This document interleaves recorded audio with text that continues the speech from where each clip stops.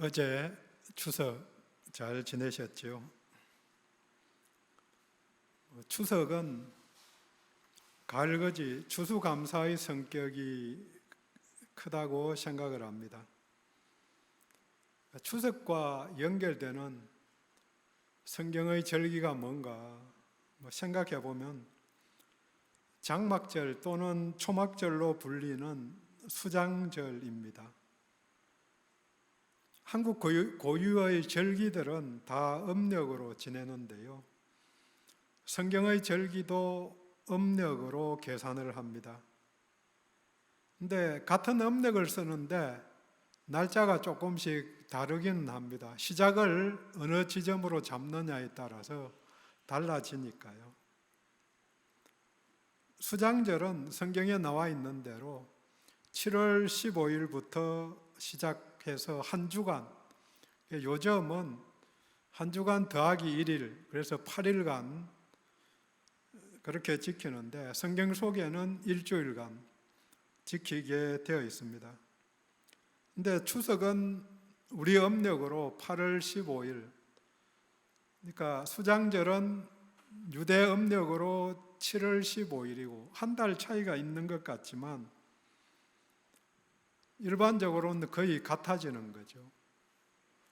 올해는 유대력에 작년에 윤달이 들어가지고 정확하게 한 달 뒤에 수장절이 시작을 합니다.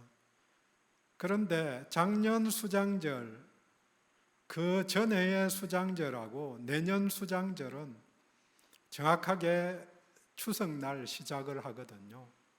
그러니까 날짜가 같은데 차이가 나는 게 그러니까 2년이나 3년에 한 번씩 그 전해에 윤달이 들면, 근데 유대력은 윤달을 우리식으로 넣지 않고 12월 달을 두 달로 아달월 그렇게 해서 거기를 두 달로 만들어 넣기 때문에 한 달씩 이제 차이가 나는 거죠. 그래서 올해는 한 달 뒤가 그 수장절이 되는 절기입니다. 세 가지 명칭으로 그렇게 불려지는데 의미들이 약간씩 중첩하는 거죠.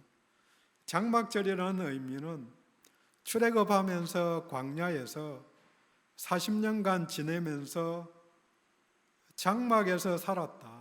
그래서 텐트를 매일 이동하려면 접어가지고 이동하고 다시 치고 그렇게 해서 살았다는 것을 기억하면서 장막절 이렇게 이름을 붙이고, 그 다음에 초막절이라는 이름이 붙은 것은 그것을 가나안 땅에 들어가서는 장막을 옛날같이 그냥 보존해서 사는 게 아니고 그때 필요할 때에, 평상시에는 유대 땅에도 아파트도 있고 아무튼 단독주택도 있고 그렇게 가나안 땅에 살고 있는데 지금은 거기에서 살면서 1년에 한 번씩 초막을 지어서, 옛날에 광야에서 장막에서 살았는데 지금은 얼기설기 그냥 나무로 대충 만들고 휘장을 치기도 하고 그 다음에 위에 풀로 덮기도 하고,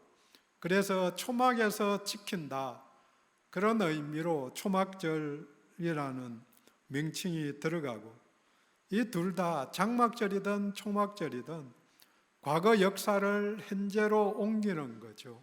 과거를 생각하고. 그 다음 수장절이라는 용어는 가나안에 들어간 다음에 가을 되어서 창고에 수확한 곡식, 그 다음 과일을 쌓아놓고는 즐거워하는 그런 절기입니다. 가나안 땅은 순서가 조금 다르게 여름 될 때에 밀이나, 그러니까 봄에 보리를 거두고 그 다음 여름쯤 될 때 오순절 때에 그때에 그 밀을 거두고 그 다음에 이제 여름이 지나면서, 여름 때도 과일이 열리기는 하지만 가을에 풍성한 과실이 열매를 맺기 때문에 가을에 주로 과일들을 수확해서 창고에 드리고 감사하는 그런 절기입니다. 근데 거기다가 덧붙여서 수장절은 앞으로 있을 재림 때에 그 종말의 날에 진리의 말씀으로 낳은 첫 열매가 성도들이라고 그렇게 연결해서 의미를 해석을 합니다. 그래서 첫 열매 되는 성도들이 천국에 들어가는 것을 기대하는 그런 절기가 수장절입니다. 그래서 과거와 연결해서 은혜를 베푸신 하나님을 기억하고 감사하는 장막절, 현재 주신 은혜에 감사하는 초막절, 동시에 미래를 기대하면서 즐거워하는 수장절이라는 그 세 가지 의미를 다른 절기들도 꼭 같이 연결해서 과거 출애굽할 때의 그 과거와 그 다음에 가나안 땅에서 현재 살고 있는 것, 그 다음에 미래에 연결해서 절기를 연결하는 거죠. 그래서 그런 면에서 과거에만 매여 있는 추석이 아니고 앞으로 나아가는, 그래서 그 앞으로 나아가려면 가족들이 모여야 하는 거죠. 혼자서 모든 걸 기억하고 연결하는 것은 쉽지 않으니까. 이 연결을 기억하는 것은 결국은 집단적으로 민족적인 신앙의 간증이자 고백입니다. 신앙인으로 믿음 안에서 승리하면서 살아가는 비결 중에 하나가 간증, 은혜에 대한 간증입니다. 믿음을 선택하고 결단한 처음 믿을 때에 그때의 간증도 중요하지만 매일의 일상에서 하나님을 경험하는 삶을 드러내는 것, 오늘 하나님께서 내게 이런 풍성한 마음을 주셨다, 또 이런 일들을 내게 이루셨다, 그렇게 고백할 때 내 믿음이 점점 성장하고 쌓여가는 중요한 일이라는 거죠. 개인적인 신앙의 체험을 통해서 예수 그리스도와 그분의 은혜를 드러내는 일이 간증입니다. 함께 읽은 디모데전서는 사도 바울이 두 번째로 로마로 가면서 그리스의 마게도니아 땅에 있는 빌립보에서 특히 요새는 터키라는 이름을 투르키에 그렇게 부르라고 그러는 것 같은데요. 에베소 교회를 목회하던 디모데에게 보낸 편지입니다. 교회의 지도자로서 이단의 다른 교훈이 아니라 바울 자신이 받아서 전한 하나님의 영광의 참된 복음, 바른 교훈으로 신자들을 가르칠 것을 당부하는 말로 본문 앞에 편지를 시작합니다. 이어서 오늘 본문은 사도 바울이 자기 자신이 어떻게 주의 일꾼이 되었는지를 회상하면서 주님으로부터 받은 은혜와 직분이 무엇인지를 언급하면서 자신의 신앙을 간증합니다. 바울의 신앙 간증을 통해서 먼저 간증문의 흐름을 정리해 볼 수 있기를 원합니다. 신앙 간증 이렇게 이야기하면 믿기 전의 나 자신의 모습과 믿은 다음 변화된 삶을 비교하면서 그 다음 동시에 믿음을 갖게 된 계기, 신앙 고백을 하게 됩니다. 이런 요소들이 본문의 신앙 간증에 들어있는데, 물론 믿음을 갖게 된 계기, 우리가 잘 아시는 대로 다메섹으로 가는 도상에서 부활하신 예수님을 만난 이야기는 들어있지 않지만 아들 같은 디모데가 잘 알고 있을 것이기 때문에 그것은 빼고 전과 후 내가 믿기 전에는 어떤 삶을 살았는데, 물론 간단하게 나와 있지만 자세한 것은 사도행전에 아주 자세하게 풀어져 있는 거죠. 그 다음 믿음 후의 이야기도 사도행전에서 바울이 어떻게 활동했는지 그런 내용, 그리고 신앙 고백, 내가 무엇을 믿느냐 하는 것을 본문 내용으로 보면 15절에서 간단하게 정리를 해서 전한 내용입니다. 본문의 구조와 핵심을 먼저 보고 그 구조에 따라서 내용을 자세히 살펴보도록 하겠습니다. 성경에서 여러 구절들이 구원이라는 단어가 한 번만 나오도 중요하기는 하지만 여러 번 나온 단어가 중요한 것은 당연하지요. 근데 본문 속에는 그리스도 예수가 3번 나오고 예수 그리스도가 한 번 나오거든요. 그래서 합쳐서 보면 그리스도가 4번 나오고 예수가 4번, 순서가 바뀐 것은 의도가 있지만 오늘은 생략하고 4번씩이나 그리스도 대신 예수님이 자신에게 베푼 긍휼, 베푼 은혜를 강조해서 이야기를 합니다. 신앙과 안정은 내가 이룬 게 아니고 우리 예수님이 날 통해서 하셨다, 이걸 드러내는 것입니다. 그리고 문장의 구조를 두고 염두에 두고 제가 찾은 핵심 단어가 12절은 감사, 13절은 긍휼, 14절은 은혜, 16절은 긍휼, 17절은 영광, 곧 찬양입니다. 감사, 긍휼, 은혜, 긍휼, 영광의 찬양. 처음과 끝이 사도 바울이 행한 감사와 영광의 찬양이고 그 한가운데에는 강조된 문장이 넘치도록 풍성한 주의 은혜, 오늘 설교 제목입니다. 그리고 그 연결고리가 앞과 뒤로 2번씩 반복하면서 내가 긍휼을 입은 것, 긍휼을 입은 까닭이라고 연결을 시킵니다. 구성상으로 보면 은혜를 긍휼히 감싸고 있는데 비슷한 단어이지만 긍휼과 은혜의 차이를 먼저 생각해 봅니다. 둘 다 하나님이 또 우리 주 예수 그리스도께서 사도 바울에게 또 우리들에게 베푸신 것인데 혼용해서 사용하기도 하지만 다른 단어니까 엄밀히 보면 차이점이 있습니다. 물론 인사말인 2절 말씀을 보면 하나님 아버지와 그리스도 예수 우리 주께로부터 은혜와 긍휼과 평강이 내게 있을지어다. 일반적으로 바울 서신 13권 중에서 나머지 12권은 인사말에 긍휼이 빠지고 은혜와 평강이 있을지어다 이렇게 인사를 하는데 여기는 긍휼이 가운데 들어가면서 3개 중에 가운데가 강조가 되는 거죠. 그래서 긍휼을 통해서 은혜와 평강이 주어지는 그걸 강조하는데 왜 이렇게 긍휼을 추가했을까?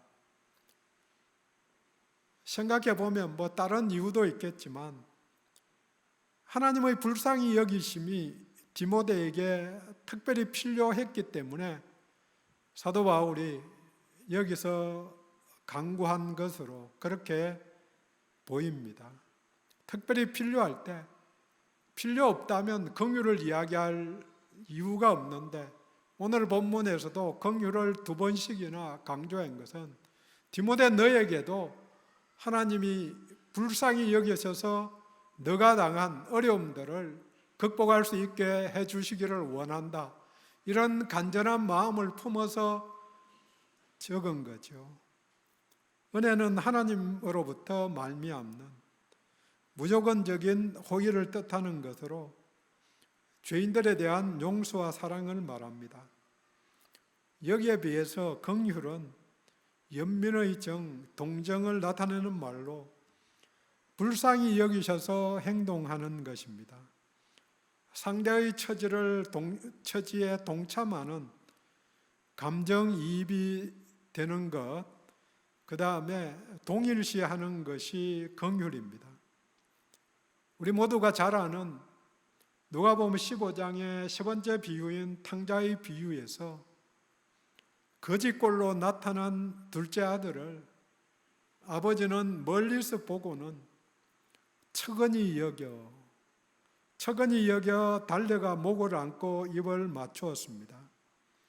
긍휼히 보고 있는 그대로 얘가 냄새가 나든 말든 거지 같은 차림으로 왔든 말든 안아 받아들인 거죠. 그 다음에 제일 좋은 옷을 내어다가 입히고 손에 가락지를 끼우고 발에 신을 신게 해줍니다. 손에 가락지를 끼웠다는 말은 아들로 인정을 한다는 이야기입니다. 은혜를 베풀어 주신 것입니다. 은혜는 값없이 공로 없이 베풀어 주신 것, 곧 적용이고 그 출발이 긍휼, 불쌍히 여기는 마음입니다. 물론 긍휼한 마음이 없어도 은혜, 호의를 베풀 수가 있습니다. 하지만 그런 경우에는 계산적인 베품일 가능성이 아주 높습니다.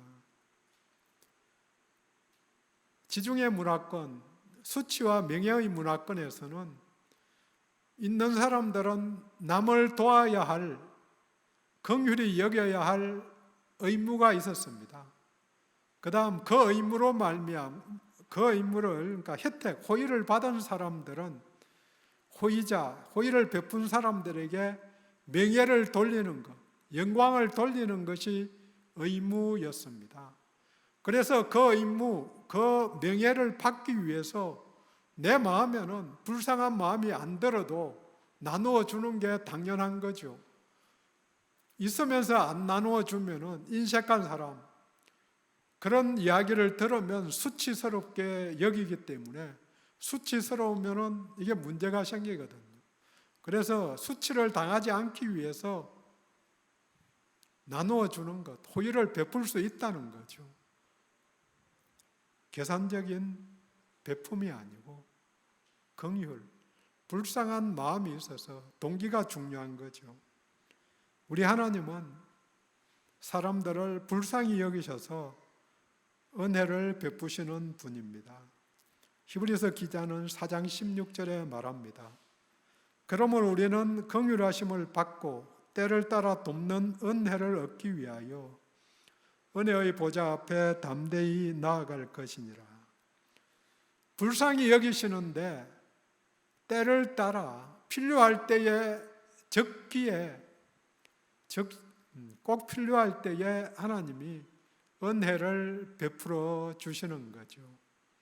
그래서 우리는 계속적으로 불쌍히 여겨달라고 요청하는 기도가 필요한 거죠. 때를 따라 주시는 은혜를 풍성히 받기를 원합니다. 다시 본문에서 바울은 자신이 긍휼함을 입었다고 반복해서 간증을 합니다. 긍휼이 믿음의 첫 번째 단계입니다. 바울이 자신이 긍휼함을 받은 이유를 두 가지 이야기합니다. 긍휼 첫 번째는 13절입니다. 내가 전에는 비방자요 박해자요 폭행자였으나 도리어 긍휼을 입은 것은 내가 믿지 아니할 때에 알지 못하고 행하였음이라. 과거에 예수를 주님으로 믿기 전의 모습입니다. 예수를 알지 못했기 때문에 하나님을 향한 율법적인 열심으로 믿는 자들을 핍박한 것입니다. 율법으로 의를 얻기 위해서 복음을 가진 사람들을 진멸하는 데 앞장선 것입니다. 하나님께서 바울이 자신을 향한 열심은 있지만 하나님의 마음을 몰라서 잘못된 방향을 지향하는 것을 불쌍히 여기신 것입니다.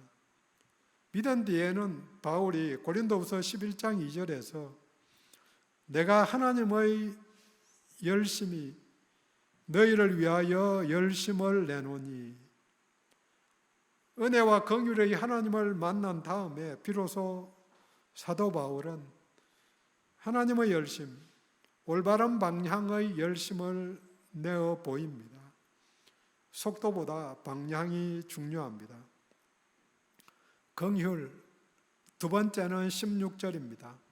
그러나 내가 긍휼을 입은 까닭은 예수 그리스도께서 내게 먼저 일체 오래 참으심을 보이사 후에 주를 믿어 영생을 얻는 자에게 본이 되게 하려 하심이라. 박해자였던 바울에 대한 참으심, 오래 참으심은 가장 큰 죄인일지라도 하나님의 긍휼을 받을 수 있음을 모든 사람에게 보여주기 위한 본보기였다고 고백합니다. 로마서 5장 20절에 죄가 더한 곳에 은혜가 더욱 넘쳤다고 바울은 이야기합니다.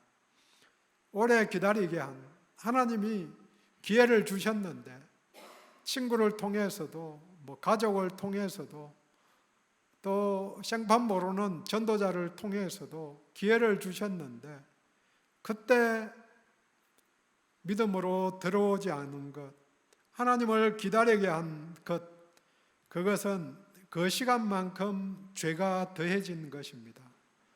어제 안 믿고 오늘 믿은 것만큼 하루, 이틀, 1년 죄가 더해져 가는 거죠.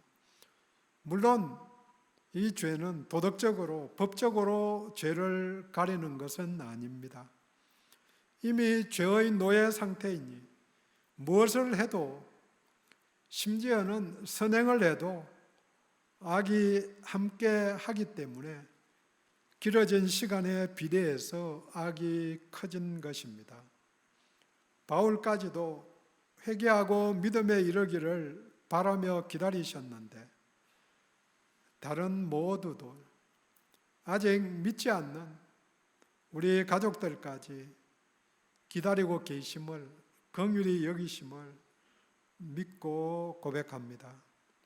이에 우리가 할 일은 동방정교회 전통의 단순한 예수기도, 긍휼을 요청하는 기도입니다.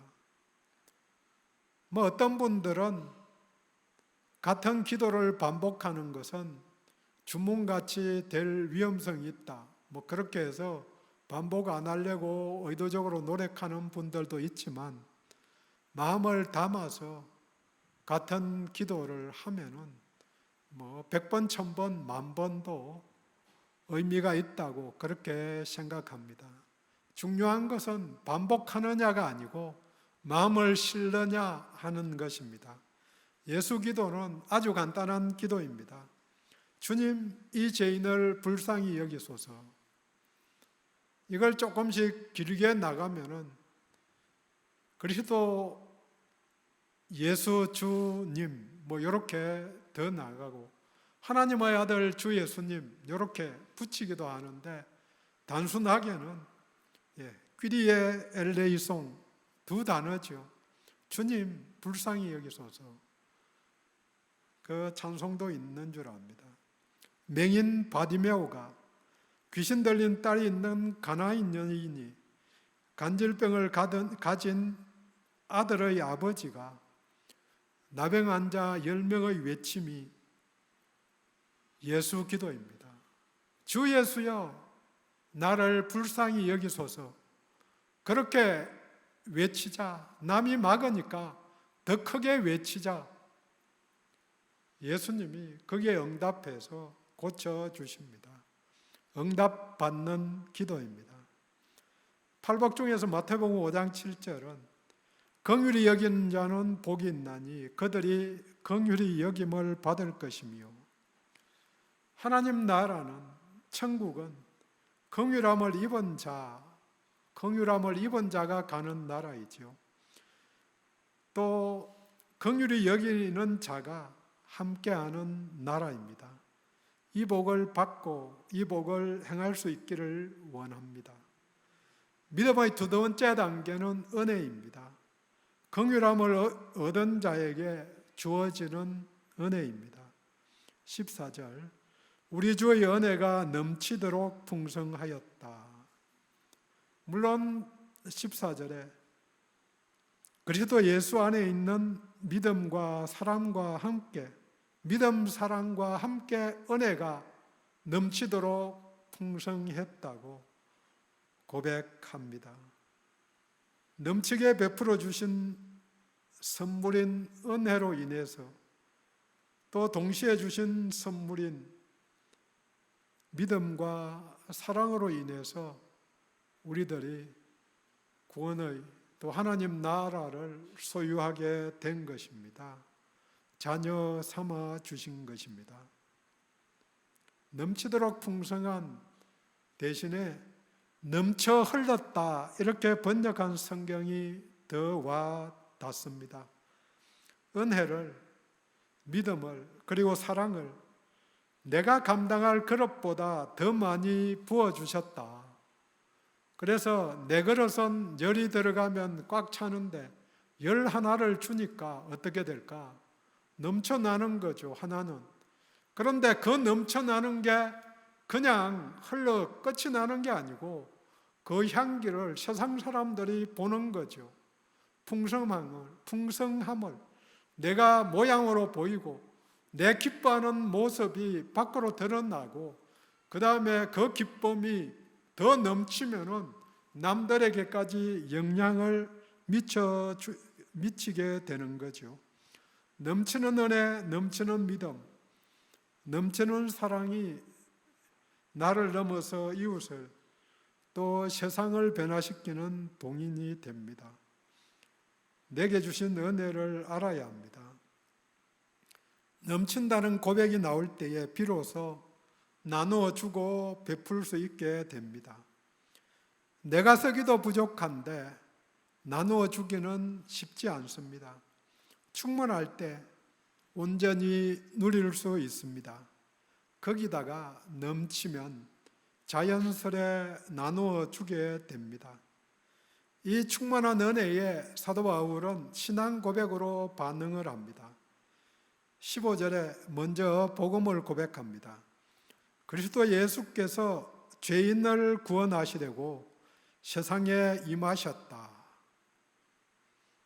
의인이라 착각하는 자를 위해서가 아니고 죄인을 위해서 이 땅에 오셨다. 그러면서 시작에 믿보다 모든 사람이 받을 만한 이 말이요. 믿을 만하다. 곧 나는 믿는다. 이 말이죠. 내가 믿으니까 모든 사람, 다른 사람조차도 이 말을 믿어야 한다. 그렇게 고백하는 거죠. 모든 사람들이 받아야 할 모든 이들을 위한 복음입니다. 그래서 그 범위가 우주적입니다. 모든 죄인을 구원하시려는 예수님, 구세주 되심을 고백한 것입니다. 예수님이 세상 모든 사람을 구원하려고 이 땅에 오셨습니다. 구세주이십니다. 동시에 복음은 개인적입니다.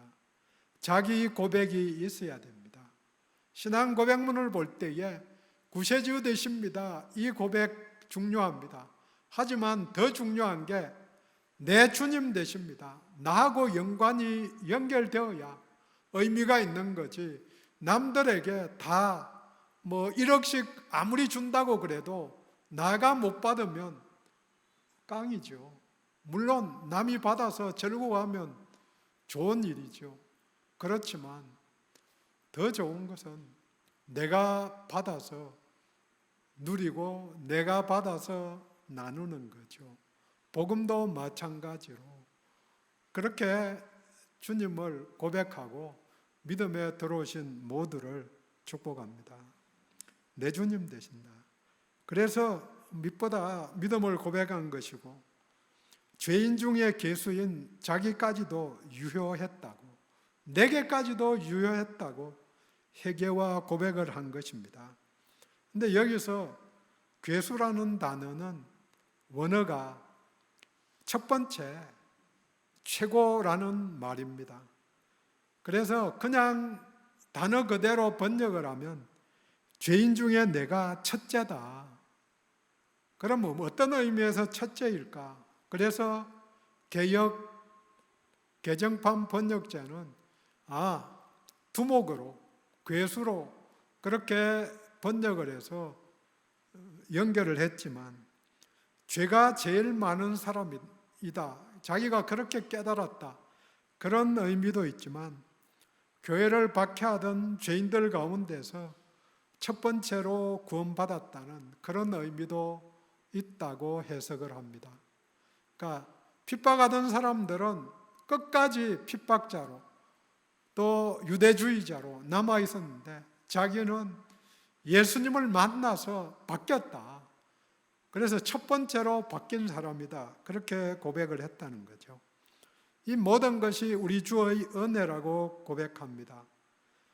우리도 마찬가지로 은혜를 입어서 예수님을 구세주로 또 내 주님으로 고백합니다. 내가 한 일, 내 의로움으로 된 것이 아니기 때문에 은혜입니다. 여기서 더 나아가 오늘 하루 일상에서도 은혜를 고백할 수 있기를 원합니다. 눈 떠보니 숨 쉬는 게 감사하고, 눈 떠서 몸을 움직여 보니까 가족들에게 물 한 컵이라도 건네줄 수 있는 게 감사한 일이지요. 그냥 누워만 있으면 물 한 컵도 못 떠주거든요. 오늘 이 자리에 온 것이, 예배드리는 것이, 찬양한 것이, 기도한 것이, 내 마음을 다스린 것이, 병이 있지만 그만한 것이, 가족이 함께 추석을 지낸 것이, 맛있는 것이 있다는 것이 은혜입니다. 긍휼과 은혜는 하나님이 우리들에게 베풀어 주신 것인데, 여기에 대한 반응으로 제일 먼저 바울은 감사를 드립니다. 세 번째 단계가 하나님이 하신 일에 대한 감사, 은혜에 대한 감사입니다. 12절, 그리스도 예수 우리 주께 내가 감사함은 내게 직분을 맡기심이니. 감사의 대상이 그리스도 예수 우리 주님이십니다.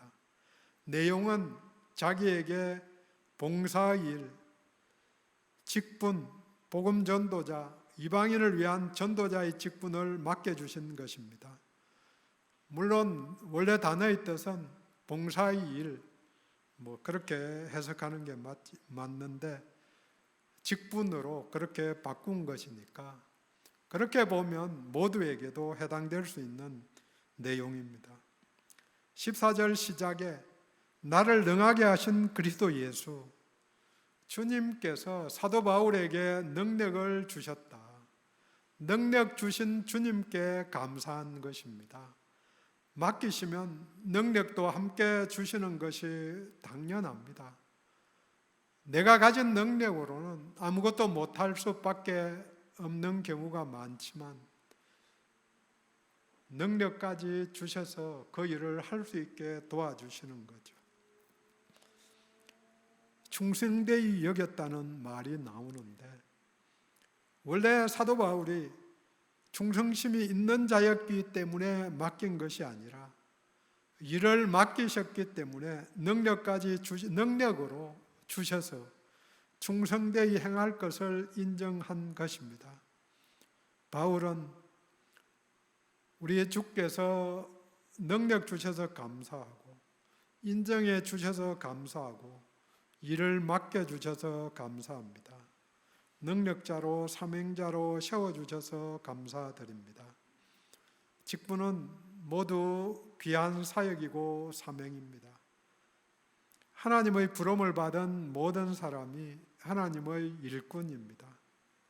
목사만, 장로만 일꾼이 아니고 성도들은 다 일꾼입니다. 세상 사람들은 예수를 보고 믿는 게 아니고 나를 통해서 예수를 알고 믿게 됩니다. 교회가 욕을 먹으면 예수님이 욕을 먹는 거죠. 예수님이 어떤 분이셨다 중요하지 않아요. 그 사람들에게, 믿는 우리들에게나 중요한 거지. 세상 사람들에게는 내 옆에 있는 예수 믿는 우리를 보고, 날 보고 제대로 됐구나, 예수님이 지대로 되신 분이구나. 그렇게 믿은 후에 시간이 지나면 모든 것이 당연하게 생각이 들어서 감사가 사라지기 쉽습니다. 당연한 것은 아무것도 없습니다. 그러니 감사할 것밖에 없습니다. 받은 복을 세어보아라. 감사는 태도이고 습관입니다. 마지막으로 바울은 영광과 찬양을 하나님께 드립니다. 네 번째 단계가 찬양입니다. 감사의 단계를 지나서 찬양의 단계로 나아가야 합니다. 17절 하나님께 존귀와 영광이 영원 무궁하도록 있을지어다. 아멘.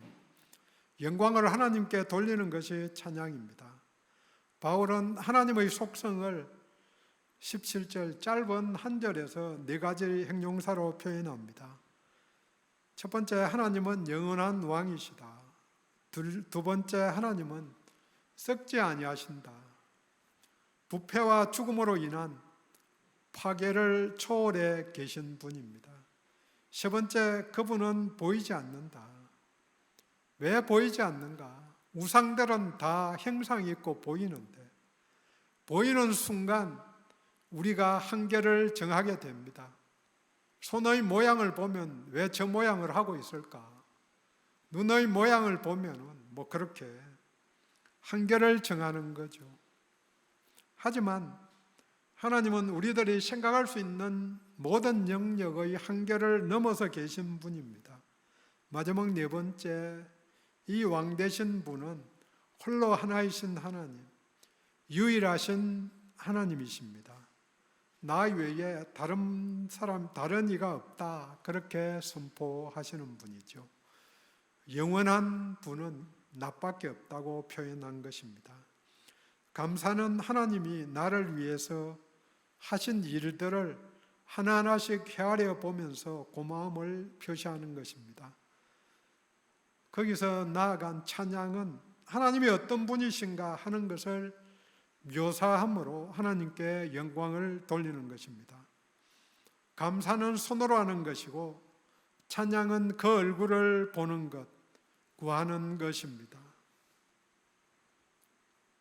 제사장 축도 거기도 얼굴을 구하죠. 얼굴이 나를 보라. 외면하지 말라고 요청하는 거죠. 손에 들린 것을 보는 단계를 넘어서 얼굴을 보는 단계로 들어가야 합니다. 몇 번 이야기한 내용입니다.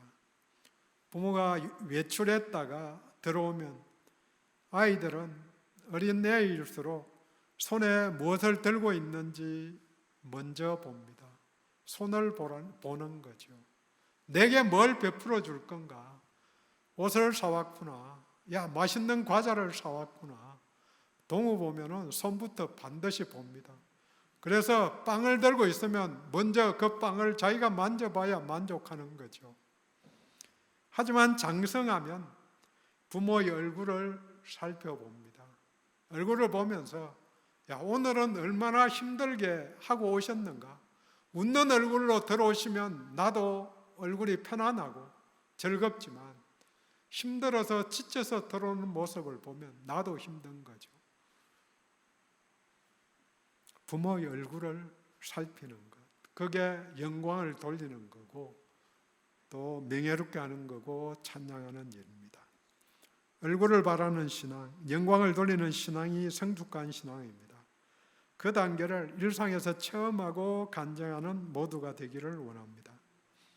물론 시편에서는 10번씩이나 감사하며 찬송한다고 말하면서 동시에 사용하고 있지만 본문에서 보면 12절 감사에서 17절 찬송으로 나아가는 모습을 잘 드러내어 줍니다.